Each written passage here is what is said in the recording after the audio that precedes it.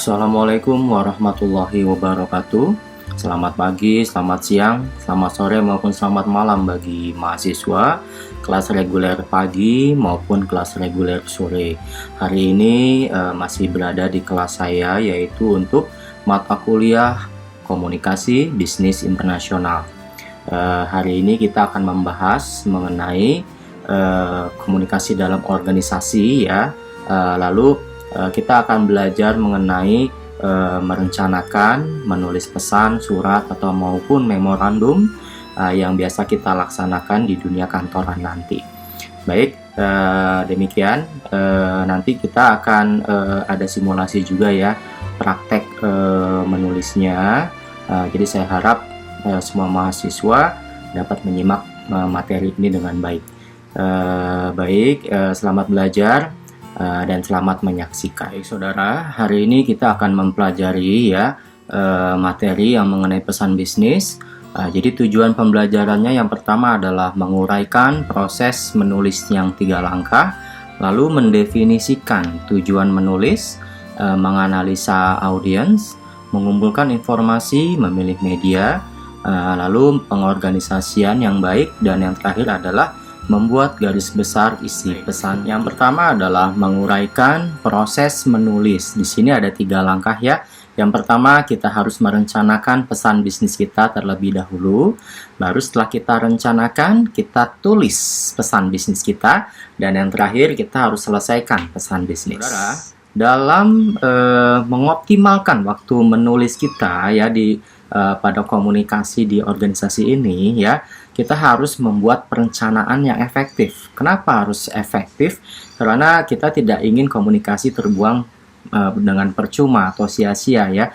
Jadi kita harus rencanakan dulu apa yang akan kita tulis dan apa yang akan kita komunikasi. Untuk pembahasan yang kedua, kita mendefinisikan tujuan menulis. Oke ya. Jadi bagaimana sih kita mendefinisikan tujuan kita untuk menulis? Yang pertama, tentukan dulu tujuan umumnya. Oke, contohnya saya mau meminta ATK ya kepada bagian umum di kantor saya ya. Jadi tujuan umumnya apa? Oh, tujuan umumnya meminta ATK gitu ya. Lalu tentukan tujuan khusus. Oke ya. Tujuan khusus berarti printer saya itu mereknya Canon gitu ya. Canon injeksi gitu ya, ink Canon yang injek.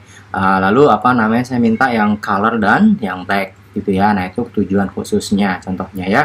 Lalu bertanya pada audiens. Nah, ini kalau misalnya kita memang ngomongnya bukan di dalam suatu perusahaan, tapi kita misalnya lagi berpidato gitu ya. Kita salah satu bisa menentukan tujuan kita menulis itu, kita bisa bertanya kepada audiens kita, kira-kira apa sih yang sekiranya bisa kita komunikasikan atau kita tulis bersama gitu ya. Nah, itu kita bertanya pada audiens.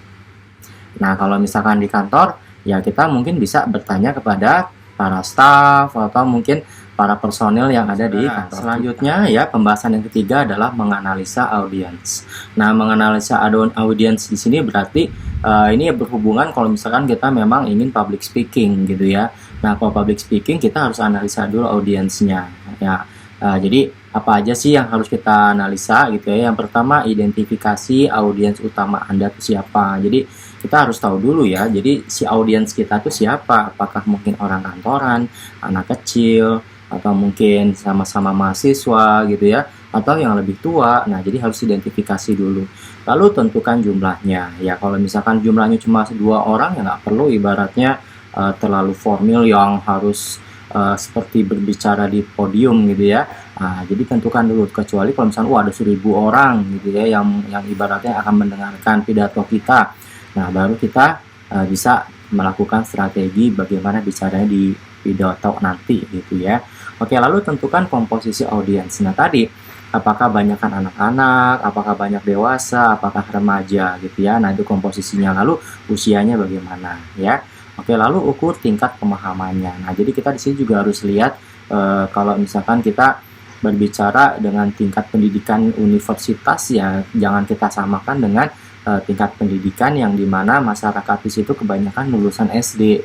Ya, mereka nggak akan ngerti gitu ya. Jadi kita harus sesuaikan. Oke, lalu pahami harapan dan preferensinya. Nah, jadi harapannya apa nih si audiens gitu ya, dan preferensi berarti sumber-sumbernya yang dibutuhkan tuh apa gitu ya. Nah, lalu prediksikan reaksi dari audiens. Nah, jadi kira-kira audiens itu kira-kira bakal mendengar kita dengan baik atau enggak sih gitu ya. Oke, saudara, selanjutnya untuk tahap keempat ya, sebelum kita menulis kita kumpulkan dulu informasi ya. Yang pertama ya, kita bisa melihat dari baca laporan, dokumen lain gitu ya, lalu mempertimbangkan sudut pandang yang lain, lalu berbicara dengan para kolega atau pelanggan kita atau audiens gitu ya. Lalu tadi misalkan kita bisa minta masukan dari audiens kita seperti itu. Tadi dalam hal mengumpulkan informasi ya, kita harus mengungkapkan apa sih kebutuhan dari audiens kita gitu ya. Lalu menyediakan informasi yang dibutuhkan ya, buat siapa ya, buat audiens kita terutama ya. Lalu memastikan informasi tersebut akuratkah, etis, dan ada hubungannya atau tidak. Oke, saudara masih ingat ya proses komunikasi yang waktu kemarin itu ya. Jadi kan ada 6 tahap ya. Nah, salah satunya kita harus bisa memilih media yang tepat gitu ya. Nah, media yang tepat itu cocoknya apa? Apakah secara lisan, misalkan kita di meeting room atau di podium gitu ya, atau secara tulisan. Nah, nanti kita akan belajar nih ya, bagaimana misalkan cara tulisan kita bikin memo, bikin apa namanya, surat resmi, nah seperti itu ya. Lalu ada juga bukan secara itu aja, bisa secara email, nah itu ya, email, WhatsApp, nah itu berupa tulisan ya. Nah, itu medianya media handphone kah, atau jaringan internet atau gimana gitu ya. Lalu secara visual, nah secara visual berarti nampaknya bagaimana, warnanya, tulisannya, jenis hurufnya, seperti itu ya. Nah, lalu elektronik, nah elektronik tadi kayak misalnya kita memilih media, misalnya kita mau mengirim pesan kepada audiens kita atau mungkin kepada kolega kita dengan menggunakan email atau WhatsApp gitu itu ya. Nah, jadi kita menggunakan media elektronik. Saudara, di sini ada faktor-faktor pertimbangan dalam memilih media. Oke ya. Yang pertama kekayaan media ya, lalu kedua ada formalitas pesan. Jadi kita lihat formal atau informal sifatnya ya. Lalu keterbatasan media. Nah, kita selain apa kelebihannya, kita juga pantau media ini kelemahannya apa gitu ya. Oke, lalu maksud pengirim. Nah, maksud pengirim berarti misalkan kita nih sebagai pengirim pesan, maksudnya apa gitu ya kepada si penerima pesan gitu ya. Nah, lalu urgensi dan biaya. Kepentingannya kira-kira penting sekali enggak ya. Lalu biayanya berapa gitu ya. Oke, lalu preferensi audiens. Preferensi audiens berarti sumber-sumbernya kira-kira yang audiens butuhkan itu seperti apa gitu ya. Baik, lalu pembahasan yang keenam yaitu pengorganisasian yang baik. Nah, apa saja sih yang harus diperhatikan dalam pengorganisasian yang baik? Yang satu brainstorming. Oke, jadi brainstorming kita jadi harus secara pikiran gitu ya, harus sama gitu ya dengan audiens kita atau mungkin dengan lawan komunikator kita gitu ya. Nah, jadi kita harus secara prinsip atau mungkin secara otak kita ini bisa dianggap bahwa kita dalam kondisi yang positif gitu ya. Lalu yang kedua kita lihat dari pendekatan jurnalistik ya. Jadi penulisannya seperti apa gitu ya, penyampaiannya seperti apa. Lalu rangkaian pertanyaan dan jawaban. Nah, ini perlu dipahami kira-kira apa sih pertanyaannya dan jawabannya gitu ya. Lalu ada storyteller's tour. Jadi di sini bisa kita anggap sebagai kita menceritakan seperti membacakan cerita gitu ya, supaya apa? Supaya nanti pada saat penjelasannya itu didengarkannya dengan mudah dipahami gitu ya. Lalu mind mapping. Nah, mind mapping itu sebenarnya untuk apa? Mempermudah. Jadi kita seperti itu, di situ ada gambar ya yang paling bawah kanan ya. Itu merupakan bentuk dari mind map ya, mind mapping. Jadi kita misalnya dari suatu sumber atau satu subjek gitu ya, kita bisa perluas penjelasannya itu mengenai apa-apa aja gitu ya dengan membuat gambar mind mapping. Nah, itu akan mempermudah kita untuk menulis. Selanjutnya saudara, di sini kita juga perlu membatasi ruang lingkup. Jadi jangan terlalu luas ya saudara ya. Jadi cukup ruang lingkup yang diperlukan saja. Apa saja sih yang harus diperhatikan? Yang pertama, memberikan garis besar informasinya. Lalu batasi informasi pendukungnya itu apa? Lalu pengetahuan yang kompleksnya bagaimana gitu ya. Nah, lalu yang perlu lagi adalah memilih di antara pendekatan langsung dan tidak langsung. Nah, di sini pendekatannya ada deduktif dan ada in. Saudara perlu diperhatikan lagi mengenai pesan rutin dan harus positif ya. Dan pesan negatifnya juga harus diperhatikan, jangan sampai terjadi ada suatu pesan negatif. Lalu pesan persuasif gitu ya. Nah, lalu ya penting juga membuat garis besar isi pesan saudara. Nah, lalu bagaimana membuat garis besar isi pesan kita ya? Yang pertama, mulai dengan ide pokoknya dulu. Jadi isi pesannya mau apa gitu ya. Lalu jelaskan poin utamanya apa. Lalu yang terakhir, ilustrasikan dengan namanya. Tadi kan kita berhubungan dengan komunikasi ya. Komunikasi ada yang horizontal, ada yang vertikal. Oke ya. Nah, di dalam dunia kerja ya nanti kita akan banyak menemukan surat-surat resmi yang menunjang ya. Selama ini kan kita selalu verbal dengan berbicara ya. Tapi sebenarnya ada komunikasi yang lain, yaitu dalam bentuk tertulis, ya.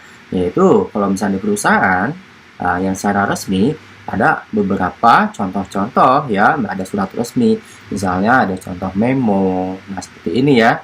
Nah ini adalah contoh memo yang biasa dikerjakan. Dulu saya sering sekali bikin memo-memo gini ya. Misalkan saya seorang manajer ya, saya orang manajer untuk di bagian analis. Dulu saya bekerja di perusahaan BUMN. Saya sering membuat memo. Saya minta anak buah saya untuk buatkan memo ya, nanti yang tanda tangan saya. Contohnya ya nggak usah repot-repot deh. Misalkan saya minta ATK ya, saya minta tinta printer. Nah minta tinta printer kan saya nggak punya. Saya harus minta ke siapa? Saya harus minta ke divisi umum gitu ya. Nah ini contoh memo. Nah memo itu biasanya komunikasi di antara perusahaan, di internal perusahaan, bukan keluar perusahaan ya. Memo itu tidak diberikan kepada supplier, tidak diberikan kepada perusahaan pesaing ya, bukan. Jadi memo itu biasanya komunikasi di pihak internal perusahaan. Nah contohnya tadi saya butuh tinta printer. Nah saya buat memo nih, saya buat memo yang ditandatangani oleh saya untuk apa? Untuk meminta tinta printer kemana?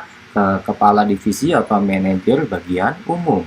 Nah, nanti dari memo itu di follow up oleh bagian umum sehingga saya bisa mendapatkan tinta printer. Seperti itu contohnya saudara ya. Nah ini contoh memo resmi baik di pihak sekolah, perusahaan swasta, mungkin di perusahaan berhubungan dengan pemerintahan. Saya harapkan juga nanti saudara buat memo itu ya jangan cuma bahasa Indonesia ya, karena kita nanti mungkin bisa juga ya bekerja di perusahaan asing atau kita sebagai ekspatriat. Dan yang perlu diperhatikan bahwa ya tidak semua perusahaan itu ya dia itu menggunakan bahasa formal ya. Ada juga ya tergantung budaya dari perusahaannya. Ada juga yang ibaratnya memang perusahaan itu ya casual gitu ya. Contohnya misalkan di perusahaan komik ya, di perusahaan wartawan gitu ya, majalah atau apapun yang tidak bersifat formal. Jadi seperti kita lihat bahwa yang gambar kanan itu ada gambar orang gitu ya, use this is go in the sing place contohnya gitu ya. Nah itu mengajak bahwa piring kotor itu taruh dong di tempat cuci piring gitu ya. Nah seperti itu memang bentuk yang tidak formal. Tapi kebanyakan di Indonesia, di perusahaan yang kita nanti temui, kebanyakan nanti menggunakan bahasa yang formal ya, dan bentuknya juga formal. Nah, ini contoh memonya ya. Nah, memo juga disebut juga sebagai memo. Nah, ini merupakan contoh surat resmi. Surat resmi itu biasanya ya, ini adalah salah satu cara kita berkomunikasi secara tertulis kepada pihak eksternal ya. Kalau tadi memo kepada pihak internal, contohnya manajer, antar manajer atau manajer ke bawahan itu menggunakan memo ya atau memorandum.